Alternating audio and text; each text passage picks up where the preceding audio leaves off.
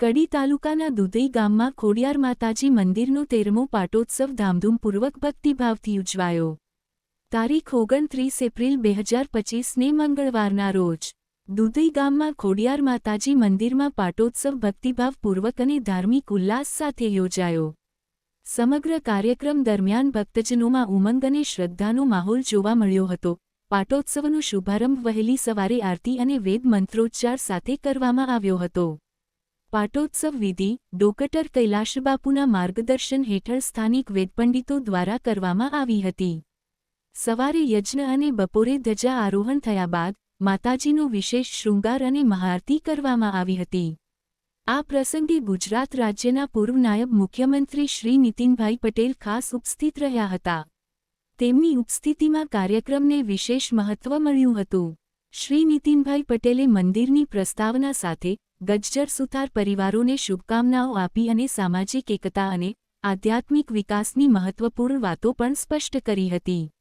આ યજ્ઞમાં મુખ્ય પાટલાના યજમાન તરીકે સ્વર્ગવાસ ખોડીદાસ બળદેવદાસ ગજ્જર પરિવાર, બીજા પાટલામાં યજમાન તરીકે સ્વર્ગવાસ ભાઈલાલભાઈ પ્રહલાદભાઈ ગજ્જર, ત્રીજા પાટલામાં યજમાન તરીકે સ્વર્ગવાસ કનુભાઈ પ્રહલાદભાઈ ગજ્જર, ચોથા પાટલામાં યજમાન તરીકે ઇન્દ્રવદનભાઈ ચીમનલાલ ગજ્જર અને પાંચમા પાટલામાં વિનોદભાઈ જયંતીલાલ ગજ્જર યજમાનપદે હતા.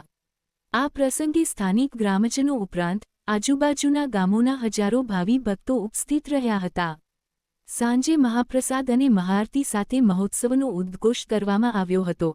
આ મંદિર વર્ષો જૂનું છે અને દર વર્ષે ગજ્જર સુથાર પરિવારોના ભક્તો, દાતાશ્રીઓનો અને ટ્રસ્ટીશ્રીઓનો વિશેષ સહકાર રહ્યો છે. સમગ્ર કાર્યક્રમનું યથાર્થ આયોજન મંદિર ટ્રસ્ટ દ્વારા કરવામાં આવ્યું હતું. આ પ્રસંગે હાજર રહેલા મહેમાનોએ મંદિરોના ધાર્મિક મહત્વ અને એકતામાં તેના યોગદાન પર પણ ચર્ચા કરી હતી.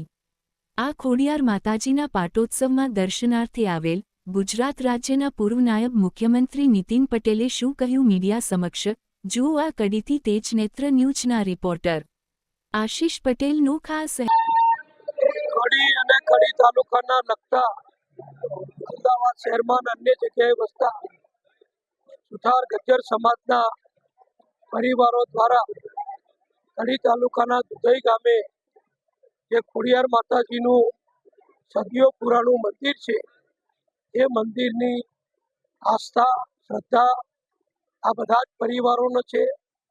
અને આ બધા જ પરિવારો અનેક ધંધા વ્યવસાય રોજગારમાં જોડાયેલા હોવા છતાં દર વર્ષે જ્યારે માતાજીનો પાટોત્સવ આવે છે ત્યારે આ પાટોત્સવમાં જે યજ્ઞનું આયોજન કરવામાં આવે છે એ યજ્ઞમાં બધા જ પરિવારો ગાંધીનગર, અમદાવાદ, કડી, કલોલ અને અન્ય છે ગુજરાતના અન્ય વિસ્તારમાં પણ વસતા હોય એ બધા જ સહપરિવાર અહીંયા આવે છે.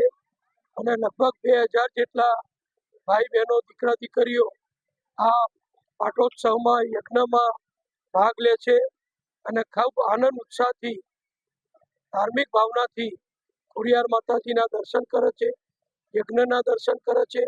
અને આખો સમાજ અહીંયા પરિવારની જેમ હળી મળી અને દર વર્ષે એકત્ર થઈ આ વિસ્તારનો આ સ્થળનો પણ વિકાસ કરે છે.